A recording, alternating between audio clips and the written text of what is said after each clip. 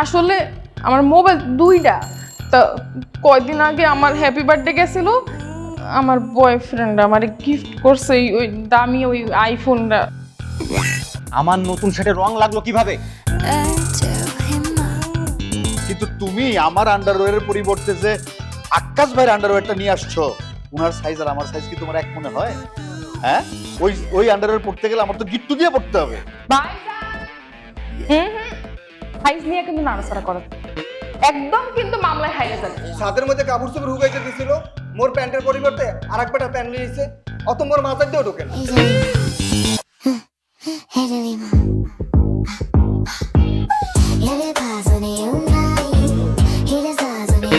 তুমি যে টাকা ইনকাম করো সেই টাকা দিয়ে তো 3টা ফোন কেনার ক্ষমতা তোমার থাকার কথা না?